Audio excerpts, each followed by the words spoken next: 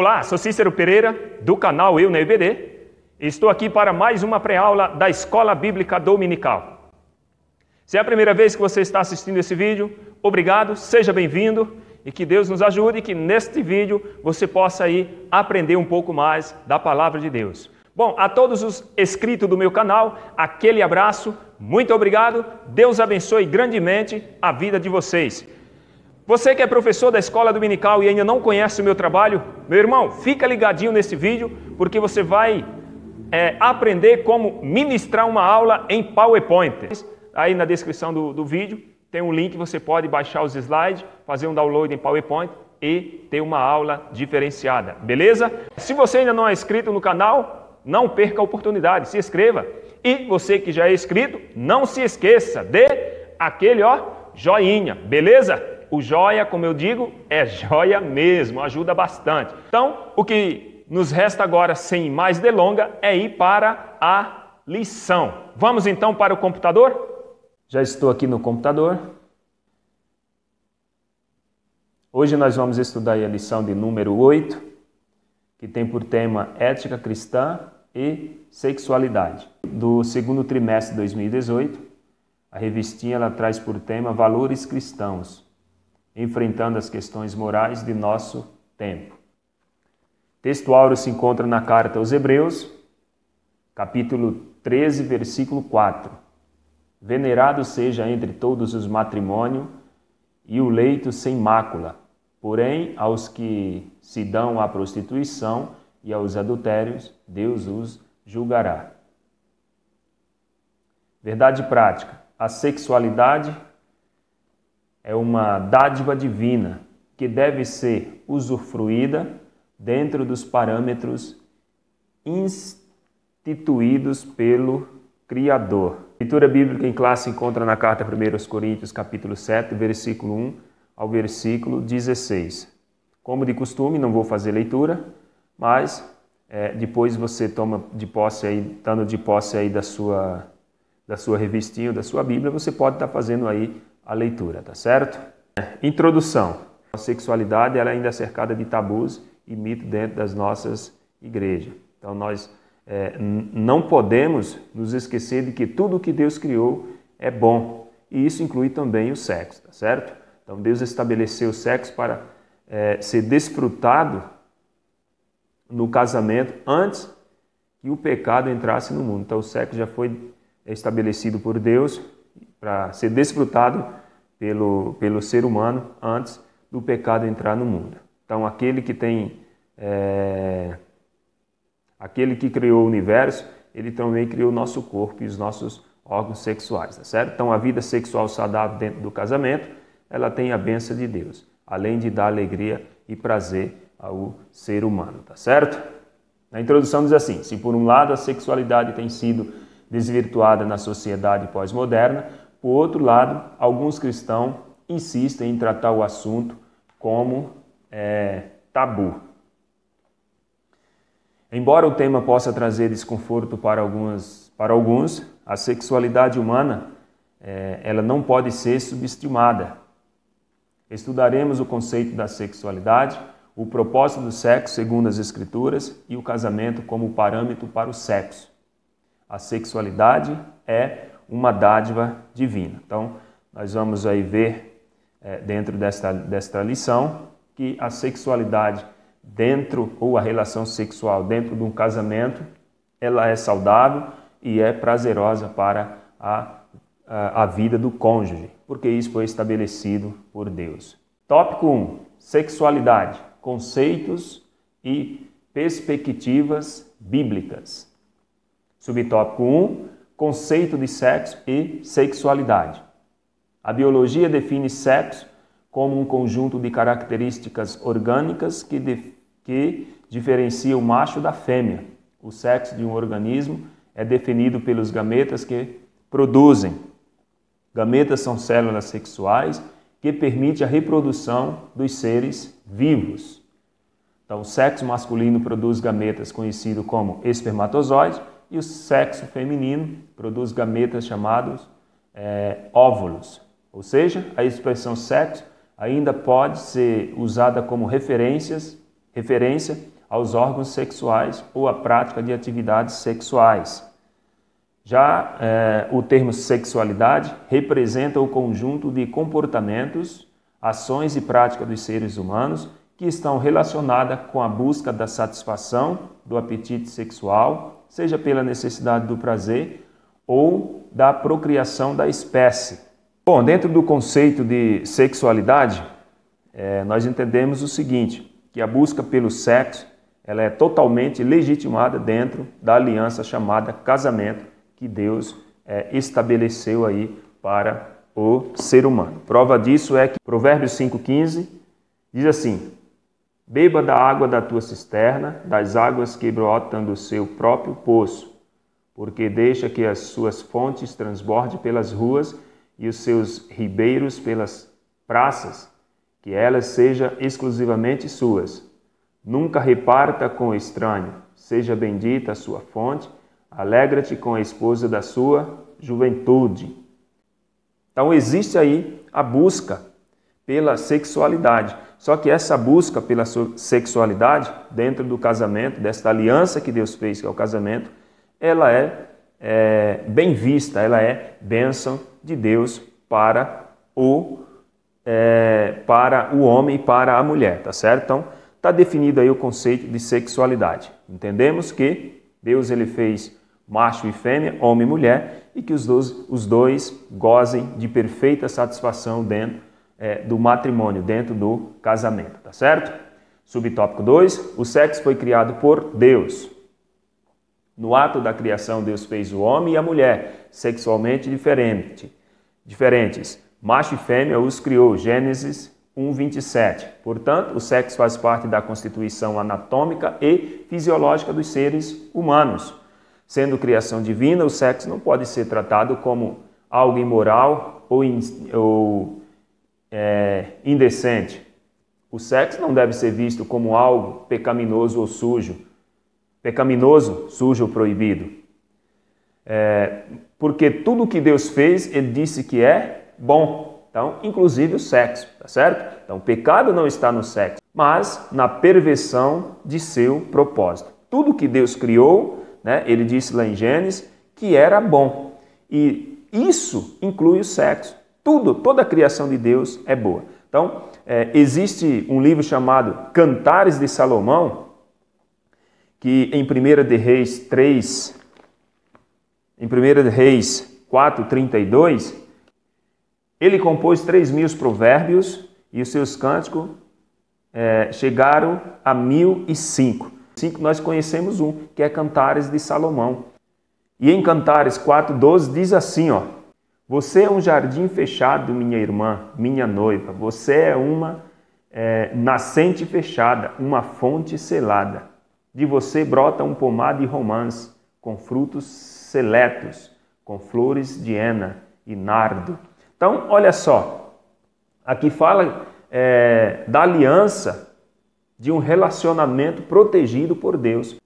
E dentro desta aliança de relacionamento do homem para com a mulher e para com Deus, Deus ele protegeu este relacionamento, esta aliança que é o casamento, que é a comunhão, que é a convivência de duas pessoas. É protegida pelo Criador. Então o sexo, quando está dentro desta aliança, deste relacionamento saudável para com Deus, é bênção de Deus.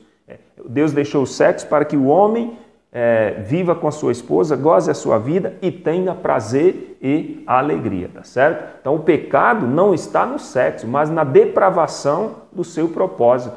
Às vezes o propósito do sexo é uma outra coisa. Então quando se desvirtua o propósito do sexo, aí sim está o pecado. Mas o sexo em si, dentro do casamento, ele é uma bênção do Senhor. Subtópico 3, a sexualidade é criação divina. Ao criar o homem e a mulher, Deus também criou a sexualidade. E Deus os abençoou, e Deus lhes disse: frutificai e multiplicai-vos, e enchei a terra. Gênesis 1:28. O relacionamento sexual foi uma dádiva divina concedida ao primeiro casal. que foi Adão e Eva, bem como os órgãos, bem como as gerações futuras. O livro poético de Cantares exalta a sexualidade e o amor entre o marido e a sua esposa. Olha só, Cantares 4, 10 ao 12. Que belos são os teus amores, minha irmã, esposa minha. Quanto melhor é o teu amor do que o vinho e a aroma dos teus ungüentos, do que o de todas as especiarias. Favos de mel, mana dos teus lábios, minha esposa. Mel e leite estão debaixo da tua língua, e o cheiro dos teus vestidos é como o cheiro de Líbano. Jardim fechado és tu, minha irmã, esposa minha. Manancial fechado, fonte selada. Tá certo? Então, o livro aqui de Cantares de Salomão, que representa o amor, né, do homem para com a mulher, como também interpretado, aqui fala claramente que a bênção do Senhor está dentro aí do matrimônio, dentro do casamento, onde a relação sexual dentro do casamento é abençoada por Deus. Deus fez o homem e mulher e uniu os dois em uma só carne, isso através do sexo e do casamento, tá certo? Vamos avançar. Assim como o sexo e a sexualidade também não é má e nem pecaminosa, o pecado está na depravação sexual, que contraria os princípios estabelecidos nas Escrituras Sagradas. Como já disse, o pecado não está no ato do sexo ou no sexo, mas sim no propósito dele, na intenção. Se ele for fora do casamento, se ele for de forma ilícita, aí sim ele é um pecado. Mas quando ele está dentro da aliança de um homem para com a mulher, isto está dentro da provisão de Deus, do propósito de Deus. Gênesis 2, 24 diz que Deus, após fazer o homem e a mulher, ele diz, deixará o homem pai e mãe e se uniciar à sua mulher. Então, algo importante para nós entendermos aqui e aprender é o seguinte, menino não pode sair de casa para constituir uma família. Por quê? Porque a ordem aqui é para alguém que já tenha ou que já está apto para liderar espiritualmente sua família. Como Josué diz, eu e minha casa serviremos ao Senhor. Né? O apóstolo Paulo diz, crê no Senhor Jesus, será salvo tu e a tua casa. Então, Deus deixou bem claro que o homem se une à sua esposa, homem, não é o menino. Tem que ser alguém que tenha responsabilidade espiritual, primeiramente para com Deus, alguém que tenha compromisso com Deus, e depois alguém que tenha ou que esteja apto para sustentar o seu lar, certo? Então, o homem na condição de sacerdote, de profeta do seu lar, ele tem que ter capacidade de ser o provedor dentro do seu lar. Para nós encerrarmos esse tópico aqui, Tiago 4,7 diz que, portanto, submetam-se a Deus, resista ao diabo e ele fugirá de vocês.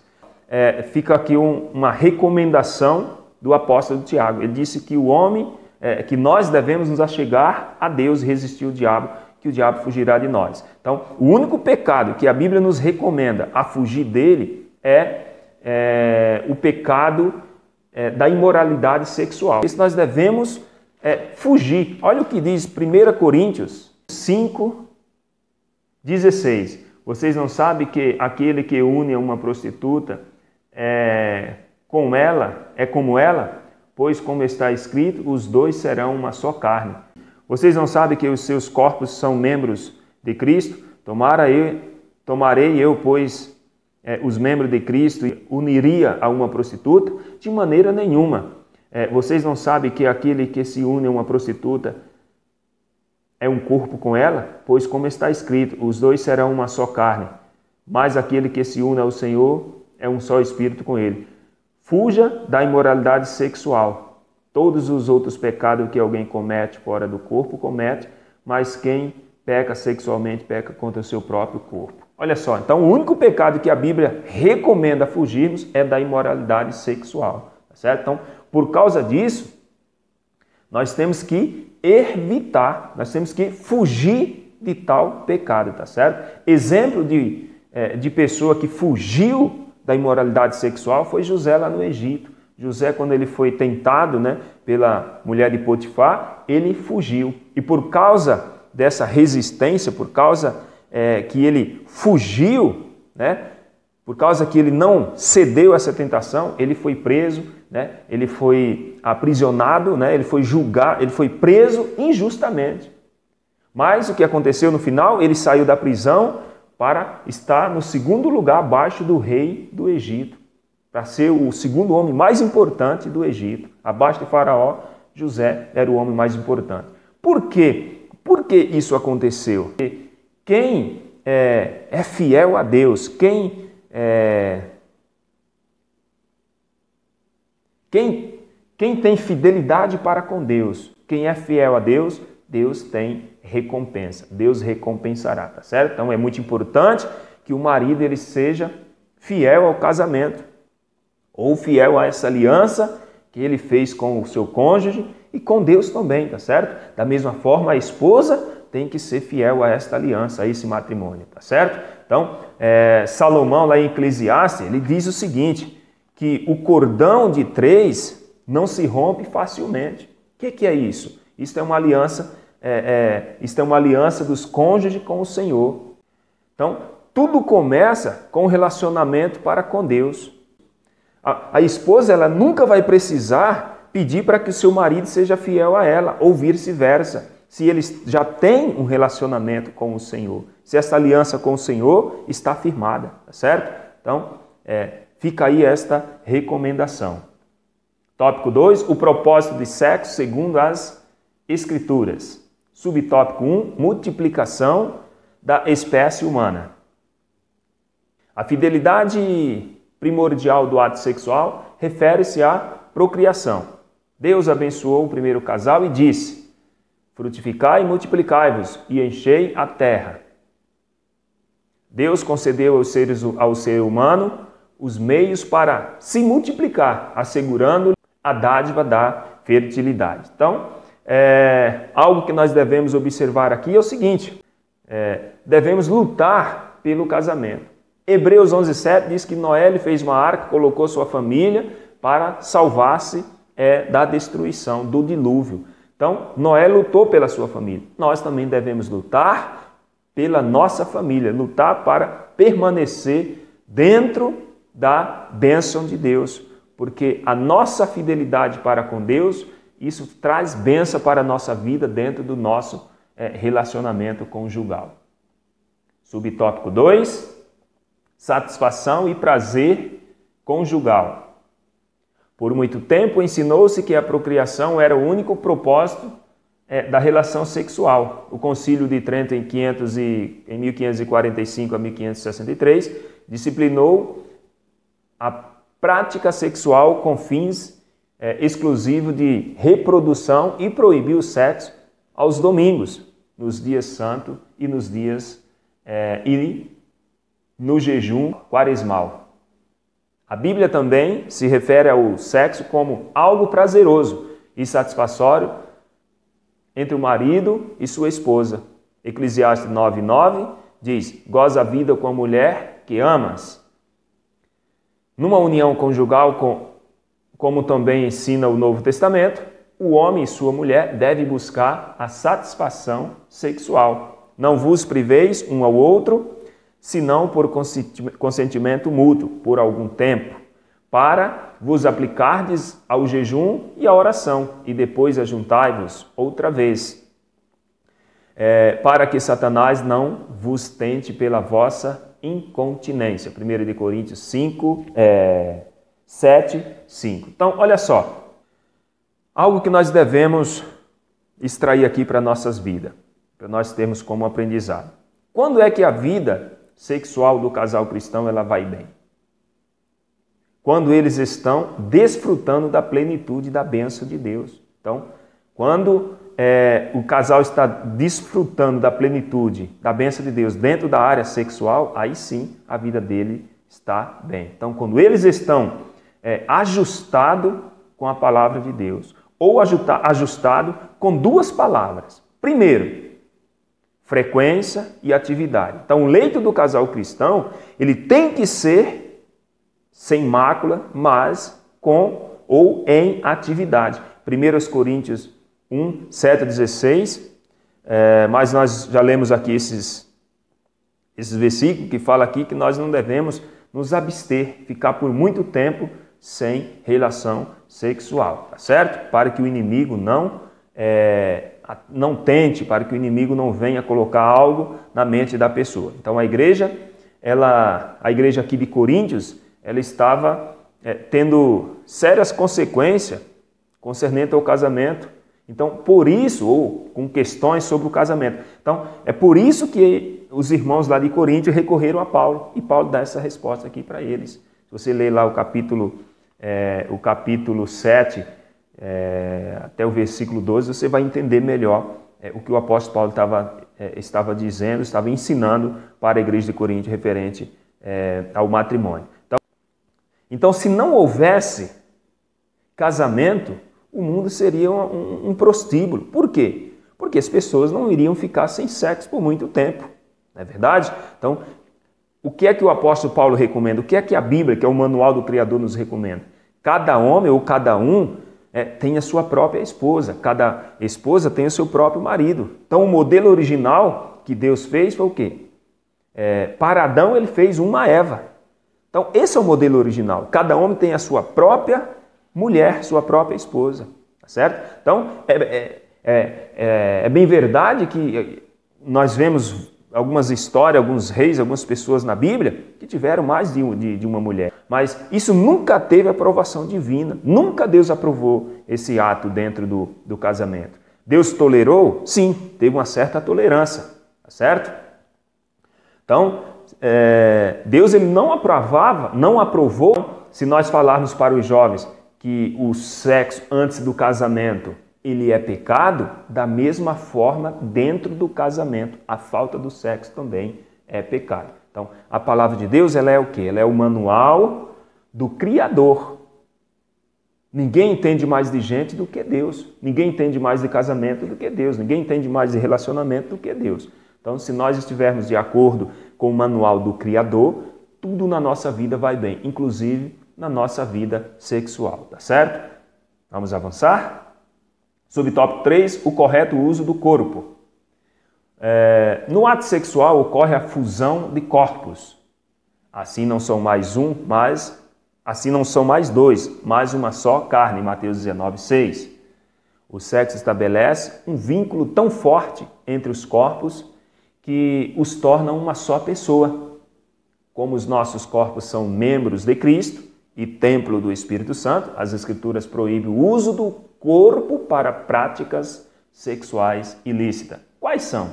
Bom, as práticas condenadas são essas: relações incestuosas, o coito com animal, o adultério, a homossexualidade e outras coisas a mais também que não estão relacionadas aqui, tá certo? O corpo não pode servir à promiscuidade, de acordo com 1 Coríntios 6,13, mas deve glorificar a Deus, o nosso Pai, de acordo com 1 Coríntios 6:20. Então, olha só, o nosso corpo, a Bíblia diz que ele é o quê? Templo e morada do Espírito Santo. 1 Coríntios 3,16 e 6,19. Então, se o nosso corpo é templo do Espírito Santo, isso é um privilégio muito grande para nós. Mas, da mesma forma que é um privilégio muito grande, também é uma responsabilidade muito grande, porque aquele que destrói o templo de Deus, Deus o destruirá também. Então, nós devemos que usar o nosso corpo com responsabilidade e com reverência ao Criador, porque foi Ele que nos fez e o Espírito Santo habita em nós. É templo e morada do Espírito Santo, é o nosso corpo. Então, nós devemos zelar e cuidar pelo bem-estar do nosso corpo. Usar o nosso corpo para atos ilícitos, seja ele qual for, isto é pecado. Tópico 3, o casamento como limite ético para o sexo. Prevenção contra a fornicação. O que é fornicação? A fornicação está relacionada ao ato sexual entre pessoas solteiras, ou seja, não casadas.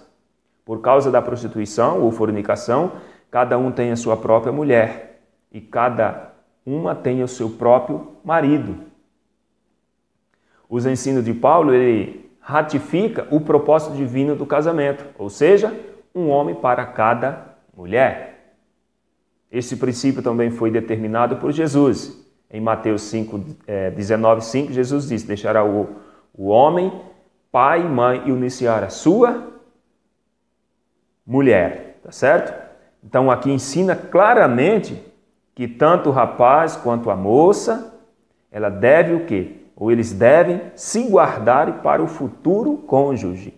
Sexo antes do casamento é pecado, é antibíblico. Deus estabeleceu isso para proporcionar as descobertas junto.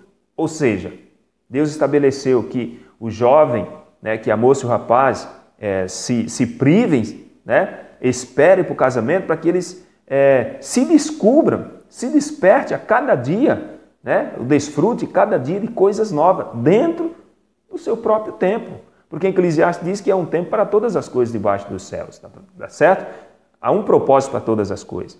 Então, a moça e o rapaz, elas vão descobrindo a sua atividade sexual dentro do seu casamento, não antes do casamento.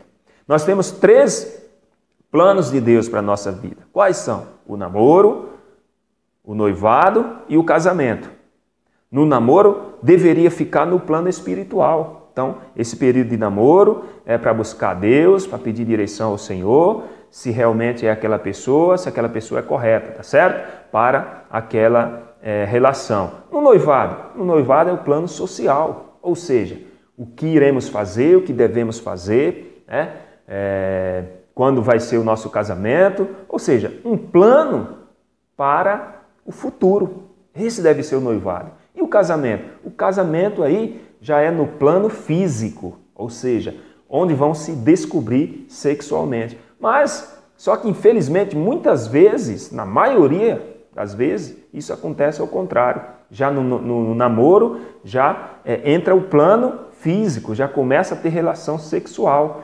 E aí se espera que no final tenha uma vida espiritual bem, onde quando se começa errado, dificilmente termina correto. Então, para se ter a bênção de Deus, ou quem quer ter as bênçãos de Deus dentro do casamento, dentro de um matrimônio, tem que começar antes observando os princípios divinos, tem que estar de acordo com os princípios divinos.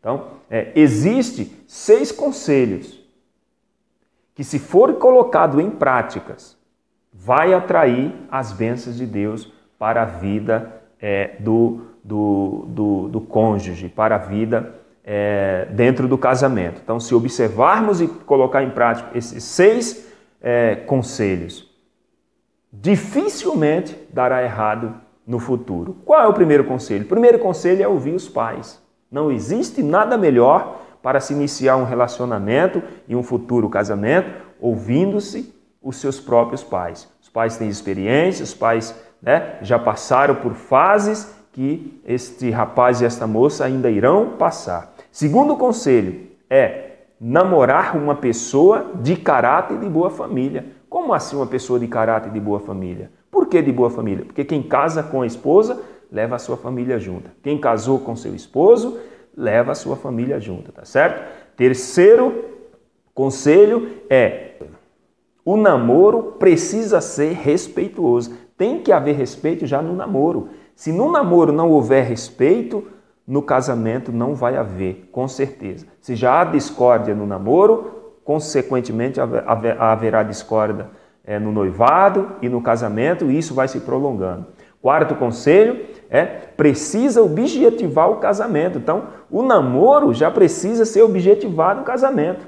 Claro que nem todo namoro dará em casamento, mas o alvo desse namoro tem que ser o casamento. Por quê? Porque o rapaz que está namorando sem objetivar o casamento, ele está namorando a mulher de um outro homem, porque talvez tenha outra pessoa interessada naquela mulher, que tenha bons pensamentos, que queira casar com ela, que queira formar uma família, e o engraçadinho está brincando, está querendo levar as coisas de qualquer jeito. Quinto conselho, precisa ser regrado de afeto e não atitudes egoístas, atitudes possivas, ou seja, ciúmes doentio. Não pode olhar para o outro, não pode olhar para a direita, não pode olhar para a esquerda, não pode conversar, não pode ter amigo, não pode sair sozinho, tá certo? Então, precisa ser observado estas coisas aí. E o sexto, o namoro ele precisa ser com uma pessoa que conheça Deus. Uma boa pessoa, quem é? É alguém que quer te levar para perto de Deus. Então, essa é uma boa pessoa. Então, tem que ser alguém que, antes de te amar, antes de amar você, ame primeiro a Deus e a si mesmo. Porque se essa pessoa ama primeiro a Deus e a si mesmo, com certeza ela vai amar você. Com certeza ela vai amar o seu cônjuge. Então, você terás aí um casamento abençoado, tá certo? Vamos avançar. A legitimidade cristã para a satisfação dos apetites sexuais entre um homem e uma mulher restringe-se ao casamento monogâmico, ou seja, heterossexual. Mas se não podem conter-se, case-se, porque é melhor casar-se do que abrasar-se. 1 Coríntios 7:9. Toda prática sexual realizada fora deste moldes constitui-se em sexo ilícito. Então, o casamento tem que ser entre macho e fêmea, homem e mulher. Fora isso aí, é satânico, é diabólico, é do capeta. Subtópico 2. O casamento e o leito sem mácula. As Escrituras ensinam que o casamento é digno de honra. Hebreus 13:14. O leito conjugal não pode ser maculado por ninguém. Quem desonra não escapará do juízo divino. Hebreus 13, versículo 4, parte B. Aqui, a desonra refere-se ao uso do corpo para prazer sexual ilícito, como ênfase nos casos de relações extraconjugais. Não erreis, nem os adversos, nem os idólatras, nem os devassos, nem os idólatras, nem os adúlteros, nem os efeminados, nem os sodomitas, nem os ladrões, nem os avarentos, nem os bêbados, nem os maldizentes, nem os roubadores herdarão o reino de Deus. Inclui também as relações conjugais resultantes de divórcio e de segundo casamento antibíblico. Eu vos digo, porém, que qualquer que repudiar sua mulher, não sendo por causa de fornicação, e casar-se com outra, comete adultério. E a que casar com a repudiada, também comete adultério. Que nós devemos aprender aqui, que nós devemos tirar para a nossa vida como aprendizado. Primeiro, a cama do casal cristão, ela tem que ser sem mácula e tem que estar em atividade, tá certo? Então, não adianta você ter sua esposa e vocês não estão sexualmente ativos, tá certo? Tem que haver aí essa atividade para que o inimigo não tente. O próprio Deus, foi ele que deu livre-arbítrio para o homem, tá certo? Então, ele concedeu a oportunidade de escolha. Eu posso escolher entre o bem e o mal, o certo e o errado, a vida e a morte. Qualquer ser humano, em qualquer área da sua vida, ele pode escolher, ele tem direito de escolha. Liberdade dá poder de escolha. Nós somos livres para fazer as nossas escolhas, mas não somos livres para escolher as consequências. Então, se queremos ter a bênção de Deus nas nossas vidas, no nosso casamento, ou a pessoa que está solteira, se quer ter a bênção de Deus, tanto no casamento como para o futuro casamento de quem é solteiro, nós devemos o quê? Devemos observar os princípios bíblicos. Nós devemos observar o manual do Criador. Então, esse resumo que nós tivemos aqui desta aula nos trouxe princípios extraordinários e valorosos para as nossas vidas, tá certo? Então, se nós colocarmos esses princípios aqui em prática, com certeza vai atrair as bênçãos de Deus para as nossas vidas. É verdade também que a desobediência a esses princípios, que nós falamos aqui, de acordo com a Bíblia Sagrada, se nós desobedecermos esses princípios, teremos aí sérias consequências nas nossas vidas, tá certo? Então, pois a vida ela é feita de escolhas. A nossa vida é feita de escolha, de decisões. É você que toma as suas decisões. É você que decide se quer ou não quer, se segue em frente ou se fica parado, se olha para a direita ou para a esquerda, tá certo? Bom, meus amados, nós chegamos aqui ao final dessa pré-aula. Espero que o Espírito Santo tenha esclarecido aí a sua mente e que essa aula possa ter sido bênção para você e para a sua caminhada cristã, tá certo? Diz assim na conclusão: o sexo e a sexualidade são atos da criação divina e não pode ser tratado como algo pecaminoso e nem como mero elemento de procriação ou fonte de prazer. Cabe ao cristão cumprir o propósito estabelecido por Deus para a sexualidade. O desvirtualmente desse padrão implicará punição aos que praticam a imoralidade. Portanto, vivamos para a glória de Deus. Bom, meu querido, se esse canal tem sido bênção para a sua vida, já quero te pedir que, se você não é inscrito no canal, se inscreva. E se você já é inscrito, deixa aí o seu joinha, deixa aí o seu gostei, tá certo? Se esses slides têm servido como bênção para a sua vida, seja também um canal de bênção para outras pessoas. Compartilhe com outros professores para que você possa aí ser um canal de bênção na vida de outras pessoas, tá certo? Então, esses slides aqui que eu usei para ministrar esta aula, ele está disponível aí em PowerPoint. Abaixo do vídeo tem um link, você é só clicar e fazer download, você pode usar na sua igreja, é gratuito, você não pagará nada por isso. Tenho certeza que a sua aula será uma bênção para a glória de Deus. Então, abaixo também do vídeo aí tem meu WhatsApp, se você quiser falar comigo, é só me chamar aí, estou à sua disposição, tá certo? Então, o que nos resta é agradecer pela confiança de vocês, por estar usando aí o meu trabalho. Muito obrigado a todos os inscritos, muito feliz com vocês, que Deus abençoe e enriqueça grandemente. Espero poder ter contribuído em alguma coisa dentro desta lição aí para vocês, tá certo? Que Deus os abençoe e tudo isso e muito mais nós fazemos dentro do reino, se for da vontade dEle.